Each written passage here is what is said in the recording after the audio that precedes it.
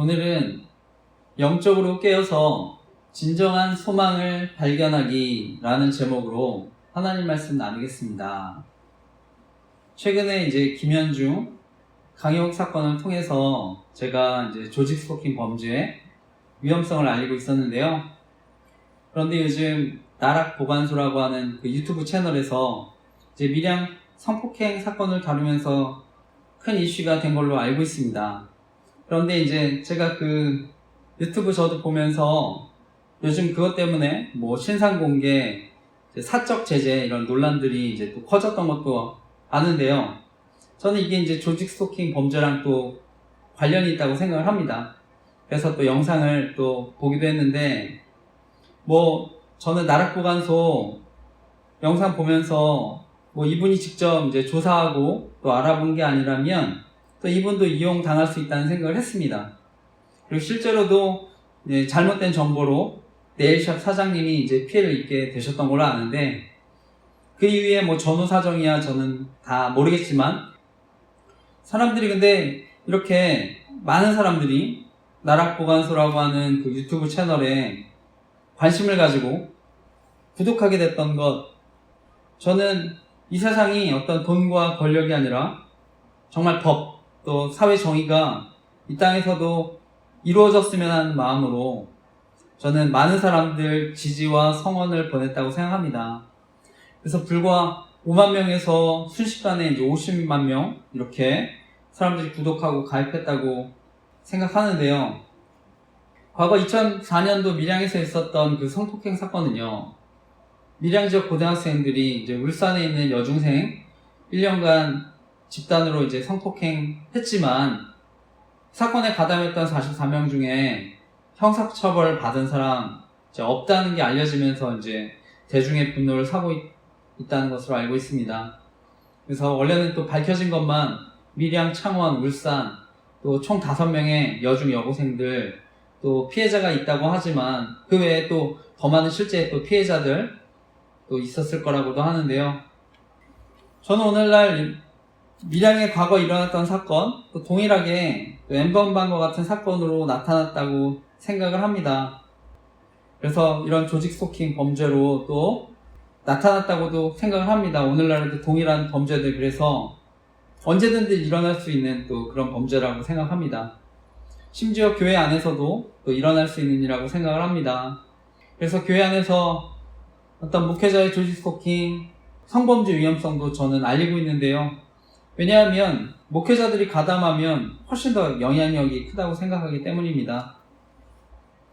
과거 2010년 저희 교단에는요, 전병훈 목사님이라는 분, 또 여신도 성추행 사건 알려주면서 큰 파문이 있었는데요.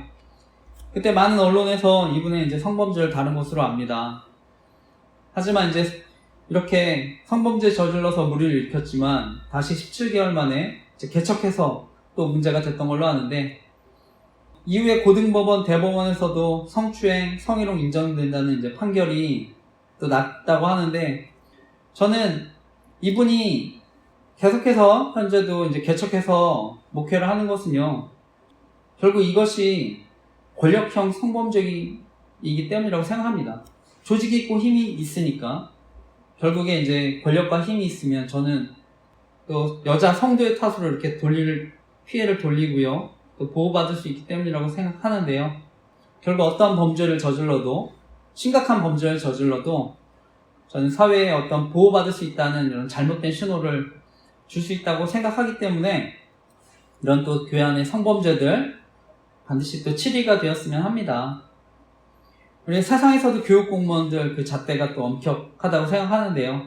그래서 교원 성비 이거에 대해서 정말 많은 사람들이 또 엄중하게 처벌돼야 된다고 이렇게 하지 않습니까? 저는 목회자 또 마찬가지라고 생각합니다. 어쩌면 더 엄격할 수 있다고 생각하는데요.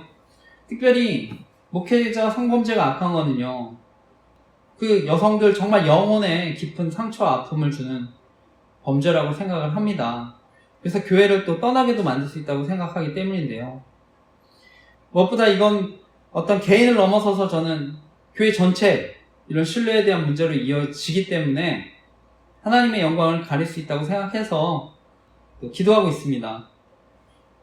무엇보다 피해자들, 협박 등 2차 가해를 계속해서 노출될 수 있기 때문에, 그렇기 때문에 이런 범죄들이 또 없어지도록 함께 기도했으면 좋겠습니다. 앞서 제가 이제 밀양 성폭행 사건 언급하면서 또 신상공개 사적 제지에 대한 논란도 얘기했는데요. 바로 조지 스토킹 범죄야말로 바로 이런 신상공개를 통한 또 사적 제재라고 생각을 합니다. 그래서 돈과 권력을 가지면은요, 또 언론을 이용해서 또 권력을 이용해서 바로 그런 사람들을 사찰하고 괴롭힐 수 있다고 생각합니다. 그래서 언론을 통해서 사생활도 공개하고 또 이미지를 통해서 고통을 줄 수 있다고 생각을 합니다. 저의 경우 이제 성범죄에 관련 이런 조직 스토킹 범죄를 알리니까요. 끊임없이 이제 저도 성범죄에 마치 이제 범죄자 프레임을 씌워서 계속 저는 공격을 받았다고 생각을 합니다. 그러니까 또 저와 같은 피해자들 돕기 위해서 제가 조직 스토킹 생명 지킴이 카페를 만들었는데요. 이제 그 카페에 제가 가해 방법, 또 피해 사례들을 이제 올렸습니다. 그래서 계속해서 사역을 통해서요, 정말 극단적인 선택하지 않도록 또 그분들 생명을 살리고 또 피해자들이 하나님을 만나서 또 진정한 소망을 얻을 수 있도록 기도해 주시길 부탁드립니다.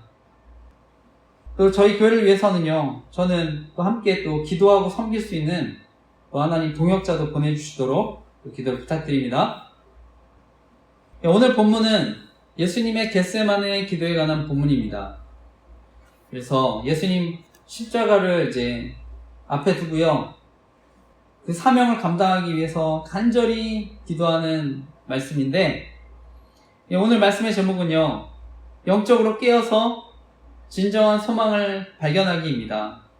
그래서 오늘도 말씀을 통해서 하나님이 저와 여러분 또 교훈하시고 우리가 또 말씀 붙들고 살아갈 때 또 이번 한 주도 하나님의 인도하심을 경험하는 저와 여러분 되시기를 간절히 기도하고 축복합니다. 오늘 나누고 싶은 핵심적인 교훈은요, 영적으로 깨어서요, 진정한 소망을 발견하면 어떠한 고통과 어려움의 시간도 이길 수 있다는 것입니다. 오늘 말씀, 예수님이 식사 후에 감람산으로 이동하면서 일어나는 사건에 대한 말씀입니다. 오늘도 지난주에 이어서 예수님이 정말 놀라운 말씀을 하시는데요. 그것이 마태복음 26장 31절에서 35절 말씀입니다. 읽었지만 다시 한번 그 말씀 읽어보겠습니다. 마태복음 26장 31절에서 35절 말씀 읽어보겠습니다. 시작. 그때에 예수께서 제자들에게 이르시되 오늘 밤에 너희가 다 나를 버리리라 기록된 바 내가 목자를 치리니 양의 떼가 흩어지리라 하였느니라. 그러나 내가 살아난 후에 너희보다 먼저 갈릴리로 가리라. 베드로가 대답하여 이르되 모두 주를 버릴지라도 나는 결코 버리지 않겠나이다. 예수께서 이르시되 내가 진실로 내게 이르노니 오늘 밤 다 물기 전에 내가 3번 나를 부인하리라. 베드로가 이르되 내가 주와 함께 죽을지언정 주를 부인하지 않겠나이다 하고 모든 제자도 그와 같이 말하니라. 아멘. 오늘 말씀을 보면은요, 예수님은 이제 식사 후에 감람산으로 이동하시면서 제자들이 자신을 배신할 것을 말씀합니다. 오늘 밤 너희가 모두 나를 버릴 것이다. 성경에는요, 목자를 치면 양떼가 흩어질 거라고 하는데요. 그런데 그때 베드로는요, 모두가 주님을 버릴지라도 나는 절대로 버리지 않겠습니다. 호언장담하는데요. 예수님 말씀하십니다. 오늘 밤에 닭이 울기 전에 내가 3번 나를 모른다고 할 것이다. 그러니까 그때 베드로와 다른 제자도요, 내가 예수님, 제가 죽는 한이 있어도 절대로 예수님 모른다고 하지 않겠습니다. 이렇게 얘기했던 것인데요. 어떻게 보면 베드로와 제자들은요, 자신을 과신한 것이죠. 지나치게 자신을 믿은 것입니다. 자신을 의지한 것인데요. 요즘에 저는 주식 투자 아직 해본 적은 없지만요, 요즘 막 그런 투자 문자들이 굉장히 많이 오더라고요. 그래서 보면은 높은 수익을 줄 수 있다고 그런데 저는 대부분 이렇게 투자할 때 이런 정보들이 확실하다고 생각해서 결국엔 다 투자하는 거 아니겠습니까? 어떤 주가나 실적이 반드시 좋아질 거라는 이런 정보를 얻게 되면 또 그것을 믿게 돼서 저는 손해를 보게 된다고 생각하는데요. 이건 신앙생활도 마찬가지라고 생각합니다. 너무 지나치게 자신을 의지하고 자신에 대해서 큰 소리치고, 근데 돌이켜보니까요, 그런 분들이 다 이제 넘어졌던 것을 보는데요. 특별히 신앙생활 하면서 막 거룩에 대해서 큰 소리치신 분들, 나중에 다 저는 여자 문제로 넘어지는 것도 보게 됐습니다. 제가 서두에 얘기했던 전병훈 목사님도요, 청년들에게 거룩에 대해서 정말 강력하게 선포했던 분입니다. 요즘에는 이제 데이비드 차 선교사라는 분, 또 이분도 동일하게 또 거룩에 대해서 굉장히 강력하게 또 얘기하지 않았습니까? 그렇기 때문에 정말 저와 여러분요, 우리의 신앙생활 정말 우리 자신이 아니라 정말 하나님만을 바라보며 정말 신앙생활 하시기를 간절히 기도하고 축복합니다. 이어지는 본문 겟세마네 동산에서 이제 예수님의 기도를 다루는데요. 그것이 이제 36절에서 39절까지 말씀인데 쭉 이어서 읽어보겠습니다. 마태복음 26장 36절에서 39절 말씀 읽겠습니다. 시작. 이에 예수께서 제자들과 함께 겟세마네라 하는 곳에 이르러 제자들에게 이르시되 내가 저기 가서 기도할 동안에 너희는 여기 앉아 있으라 하시고 베드로와 세베대의 두 아들을 데리고 가실새 고민하고 슬퍼하사 이에 말씀하시되 내 마음이 매우 고민하여 죽게 되었으니 너희는 여기 머물러 나와 함께 깨어 있으라 하시고 조금 나아가사 얼굴을 땅에 대고 엎드려 기도하여 이르시되 내 아버지여 만일 할만하시거든 이 잔을 내게서 지나가게 하옵소서. 그러나 나의 원대로 마옵시고 아버지의 원대로 하옵소서 하시고 아멘. 예수님은요 이제 십자가 이런 죽음을 앞에 두고요 오늘 한적한 곳에 기도하십니다. 이 기도하셨던 곳 겟세마네라는 곳인데요. 이 기드온 골짜기에 속했던 동산이라고 합니다. 그래서 예루살렘에서는 약 1km 정도 떨어진 곳이라고 하는데 이 겟세마네라는 지명, 기름 짜는 틀 이런 의미를 가지고 있다고 합니다. 기름 짜는 틀.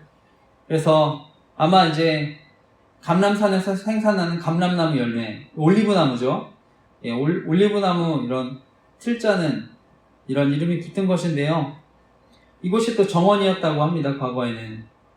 그런데 오늘 이 겟세마네 동산, 이 올리브 틀을 기름 짜는 그 틀, 여기서요 예수님은요 간절히 기도하신 것입니다.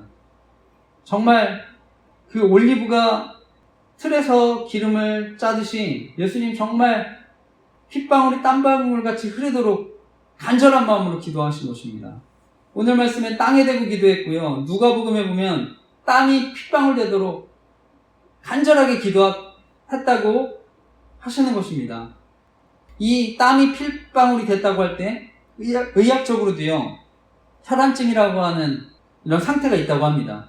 실제로 어떤 정신적인 스트레스를요. 아주 심하게 받으면 일어날 수 있는 현상이라고 합니다. 그래서 심하게 고민하면 땀샘에 있는 그 모세혈관 이것이 이제 파괴되면서 피가 땀으로 흘러서 이렇게 피가 섞여 나오는 거라고 하는데 바로 예수님이 그런 상태의 마음으로 하신 것입니다. 예수님은 하나님이시지만요. 우리 인간과 동일한 몸으로 오셨습니다. 그러니까 그 고통을 알기 때문에 나의 하나님 하실 수만 있으면 이 잔을 저에게서 지나가게 해주십시오. 기도하는 것입니다. 예수님도 피할 수만 있으면 피하고 싶어서 이 잔을 없애달라고 하는 것입니다. 왜냐하면요, 이건 사람한테 뿐만 아니라 제자들한테 뿐만이 아니라 하나님한테 버림받는 일이기 때문입니다. 바로 하나님과의 교제가 끊어지는 상태가 되기 때문입니다. 지금까지 아무리 주변 환경이 어렵다 하더라도요, 우리 예수님도 한 번도 그 하나님의 사랑에서 그 관계에서 끊어졌던 적은 없으셨습니다. 이것이 바로 이 끊어지는 게요, 영적인 죽음입니다. 엘리 엘리 라바 사박다니, 나의 하나님 어찌하여 나를 버리셨나이까. 바로 이것 때문에, 이 분리 때문에 예수님 정말 피땀을 흘리며 간절하게 3번이나 기도하신 줄 믿습니다. 그런데 오늘 핵심은요, 예수님 기도의 핵심은 나의 원대로 마옵시고 아버지의 원대로 하옵소서라는 기도인데요. 예수님이 제자들에게 기도를 가르치실 때, 그것을 이제 주기도문인데요, 제일 먼저 하는 기도가 무엇입니까? 이름이 거룩히 여김을 받으시오며 하나님의 뜻이 이 땅에 이루어지게 해달라고 기도하는 것입니다. 그래서 핵심은요, 하나님의 뜻이 이루어지도록 주기도문에서 기도하라고 가르쳤다고 하는 것입니다. 저는 바로 그 주기도문의 기도가 또한 저와 여러분의 기도가 되어야 하는 줄 믿습니다. 마태복음 10장 37절에서 39절 말씀이었습니다. 아버지나 어머니를 나보다 더 사랑하는 자는 내게 합당하지 아니하고 아들이나 딸을 나보다 더 사랑하는 자도 내게 합당하지 아니하며 또 자기 십자가를 지고 나를 따르지 않는 자도 내게 합당하지 아니하니라. 자기 목숨을 얻는 자는 잃을 것이요 나를 위하여 자기 목숨을 잃는 자는 얻으리라. 아멘. 우리 개인의 문제, 가정의 문제, 공동체, 사업, 회사, 저는 하나님 뜻이라면 맡겨야 하는 줄 믿습니다. 저는 이제 기도 제목에도 나눴지만 또 아내와의 갈등, 하나님 뜻대로 또 해결해달라고 기도하고 있는데요. 아내는 제가 조직 스토킹 피해자 카페 만들어서 알린다고 지금 정신병 치료 받으라고 해서, 저는 뭐 치료받는 것보다는 제 사역과 미래를 위해서 차라리 저는 이혼하는 게 낫다고 해서 소송 중에 있습니다. 저는 이 과정의 가장 큰 피해자는 또한 저와 아이라고 생각하는데, 지금 어떻게 해서든 사역을 방해하고 저는 가정을 무너뜨리는 범죄에 드러나서 피해 보상을 받았으면 하는 마음입니다. 그래서 기도해 주시길 부탁드립니다. 오늘 말씀 보면 예수님 기도하시는데 평소에도 근데 기도하셨다는 것을 알 수 있습니다. 시간을 떼서 한적한 곳에 또 기도하셨다는 것을 또 알 수 있는데요. 그것을 어떻게 알 수 있습니까? 이후에 가룟 유다가 군병들과 함께 정확하게 또 그곳에 찾아올 수 있었기 때문입니다. 예수님은요, 아무리 바쁘고 힘들어도요, 겟세마네 동산이 있었습니다. 오늘 말씀의 제목, 영적으로 깨어서 살아가기인데요. 저와 여러분, 그렇기 때문에 저와 여러분에게도 예수님과 같은 동일한 깨어서 기도할 수 있는 겟세마네 동산이 있어야 하는 줄 믿습니다. 그 이어지는 본문이 바로 예수님 깨어있으라고 하는 것입니다. 그래서 깨어있는 삶을 우리가 또 살아가는 줄 믿습니다. 그리고 저와 여러분에게 또 깨어있으라고 말씀하시는 줄 믿습니다. 그것이 이제 마태복음 26장 40절에서 42절 말씀입니다. 이어지는 말씀도 읽어보겠습니다. 시작. 제자들에게 오사 그 자는 것을 보시고 베드로에게 말씀하시되 너희가 나와 함께 1시간도 이렇게 깨어 있을 수 없더냐. 시험에 들지 않게 깨어 기도하라. 마음에는 원이로되 육신이 약하도다 하시고 다시 2번째 나와 기도하여 이르시되 내 아버지여 만일 내가 마시지 않고는 이 잔이 내게서 지나갈 수 없거든 아버지의 원대로 되기를 원하나이다 하시고 아멘. 예수님은요 3명의 제자들과 특별히 베드로, 세베대의 2 아들 야고보, 요한 데리고 이제 가셨는데 예수님 말씀합니다. 내 마음이 너무 괴롭다. 너희들 여기서 함께 깨어있어라. 그런데 이런 예수님의 간절함과는 반대로요, 이어지는 본문은 깊이 잠들어 있는 제자들의 모습이 나옵니다. 예수님 보니까 3번이나 간절하게 이제 기도하시는데, 말씀해 보면 제자들은 자고 있는 것입니다. 여기서는 이제 피곤해서 잠을 자지만 결국 그 영혼의 깊은 잠을 자는 것에 대해서 예수님도 책망하시는 것이기도 합니다. 우리가 하나님 믿는다고 하지만요, 저는 깊은 영적인 잠을 잘 수 있다 생각합니다. 사실 십자가 지는 일 예수님만 하실 수 있습니다. 그런데요, 예수님 깨어서 기도하라고 하시는 이유가 무엇입니까? 바로 제자들 위해서입니다. 제자들이 영적으로 깨어있지 않으면요, 결국에는요, 반드시 넘어지게 되기 때문입니다. 에베소서 4장 17절에서 19절 말씀인데요, 우리가 영적으로 깨어있지 못할 때 벌어지는 일에 대한 말씀입니다. 에베소서 4장 17에서 19절 말씀입니다. 중요한 말씀입니다. 같이 함께 찾아서 한번 읽어보겠습니다. 에베소서 4장 17절에서 19절 말씀 읽어보겠습니다. 시작. 그러므로 내가 이것을 말하며 주 안에서 증언하노니 이제부터 너희는 이방인이 그 마음에 허망한 것으로 행함같이 행하지 말라. 그들의 총명이 어두워지고 그들 가운데 있는 무지함과 그들의 마음이 굳어짐으로 말미암아 하나님의 생명에서 떠나 있도다. 그들이 감각 없는 자가 되어 자신을 방탕에 방임하여 모든 더러운 것을 욕심으로 행하되. 아멘. 오늘 말씀은요, 영적으로 깨어있지 못하면 결국엔 일반 예수님 믿지 않은 사람처럼 생각하고 행동하게 된다고 말하는 것입니다. 그들처럼 하나님의 생명이 없기 때문에 부끄러워할 줄도 모르고, 그러니까 악한 일을 계속 일삼고 방탕한 생활 속에 빠져든다고 하는 것입니다. 저는 이것이 바로 영적으로 깨어있지 못할 때 영적으로 죽게 되는 이런 상황이라고 또 믿습니다. 성경에 보면은요, 어린 다윗이요, 골리앗도 두려워하지 않고 전쟁 두려워하지 않았던 이유가 무엇입니까? 바로 다윗은요, 깨어있는 신앙생활을 했기 때문인 줄 믿습니다. 바로 영적인 잠을 자지 않았기 때문인 줄 믿습니다. 그렇기 때문에 사울에게 그런 핍박 속에서도 저는 하나님을 향한 담대한 믿음을 가지고 살아간 줄 믿습니다. 시편 23편 4절 6절 말씀입니다. 내가 사망의 음침한 골짜기로 다닐지라도 해를 두려워하지 않을 것은 주께서 나와 함께 하심이라. 주의 지팡이와 막대기가 나를 안위하시나이다. 주께서 내 원수의 목전에서 내게 상을 차려주시고 기름을 내 머리에 부으셨으니 내 잔이 넘치나이다. 내 평생에 선하심과 인자하심이 반드시 나를 따르리니 내가 여호와의 집에 영원히 살리로다. 내가 사망의 음침한 골짜기로 다닐지라도 해를 두려워하지 않을 것은 주께서 나와 함께 하심이라. 주의 지팡이와 막대기가 나를 안위하시나이다. 주께서 내 원수의 목전에서 내게 상을 차려주시고 기름을 내 머리에 부으셨으니 내 잔이 넘치나이다.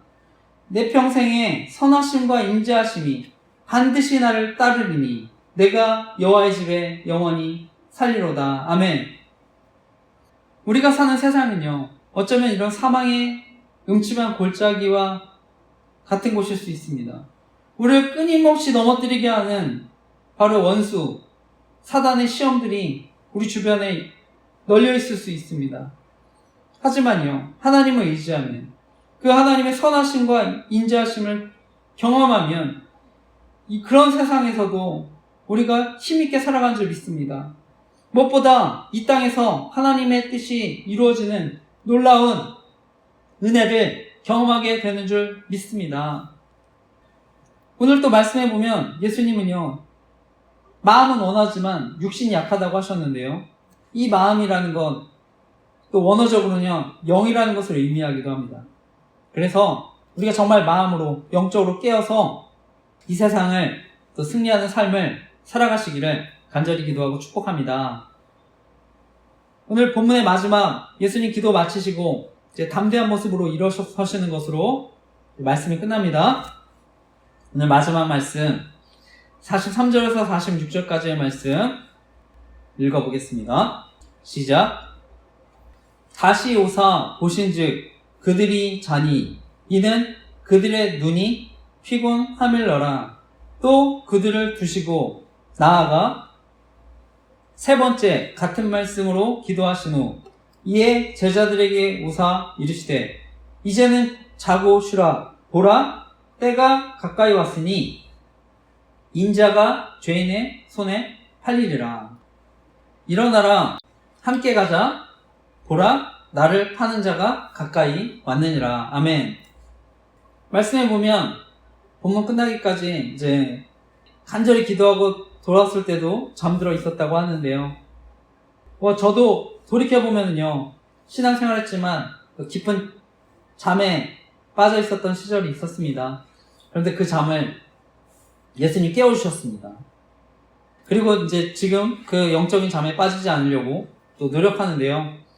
저는 이렇게 깨어있도록 노력하는 가장 좋은 방법 중에 또 하나는 감사일기 쓰는 거라고 생각하고 있습니다. 그래서 하나님 인격적으로 만나서 저는 2003년 8월 3일 그 이후에 하나님 인격적으로 만나서 지금까지 감사일기를 쓰고 있는데요. 원래는 이제 초등학교 때 숙제 때문에 일기 그때 써본 이후에는 쓴 적이 없다가 대학 청년 시절에 하나님 만나고부터 현재까지 매일 이제 감사일기를 쓰고 있습니다. 밀렸을 때도 있지만 정말 하루도 빼지 않고 이렇게 쓰려고 하고 있는데요. 저는 무엇보다 끊임없이 하나님 은혜를 잊지 않고 살아가려고 노력하는 것, 이것이 깨어있는 삶인 줄 믿습니다. 그러면 우리가 기쁠 때나 슬플 때나 괴로울 때나 즐거울 때나 가난할 때나 부할 때나 건강할 때나 아플 때나 우리가 영적으로 깨어서 살아가게 될 줄 믿습니다. 말씀을 마치면서요, 오늘날 삶의 무게를 감당하지 못하고요, 극단적인 선택하는 사람들이 많아지고 있는데요. 저는 우리 안에 예수 그리스도의 생명이 있으면 우리가 가난할 때도 아플 때도 사람들이 비난할 때도 우리를 두렵게 할 때도 절망하지 않는다고 믿습니다. 내가 비록 가망끈이 짧아도 돈이 없어도 권력이 없어도 예수 그리스도의 생명이 있으면 우리 안에 진정한 평안과 안식을 얻게 되는 줄 믿습니다. 저는 하나님 만나고요, 너무 많은 은혜들을 경험했는데요. 하지만 정말 많은 또 어려움과 고통의 시간도 지났다고 생각합니다. 제가 이제 조직 스토킹, 또 피해를 겪은 것도 마찬가지고요. 제가 그 시간 동안에 어렵지만 정말 많은 은혜를 경험했습니다. 그래서 그것들을 이제 기록해 놓고 있는데요.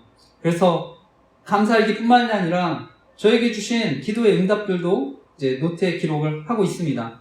그래서 현재까지 898번 그런 응답들을 제가 기록을 하고 있습니다. 하나님이 때로는 지혜도 주실 때 있지만 저는 대부분은요, 하나님이 저의 상황을 너무나 정확하게 아시기 때문에 받는 위로를 너무나 많이 경험하고 있습니다. 우리가 사는 세상을 보면은요, 권력과 힘을 가진 사람이 지배하는 것 같지만요, 저는 하나님의 결국 은혜가 있는 사람은요, 어떠한 세상 속에서도 위로받고 힘을 얻고 살아가는 줄 믿습니다. 진정한 소망을 가지고 살아가게 되는 줄 믿습니다.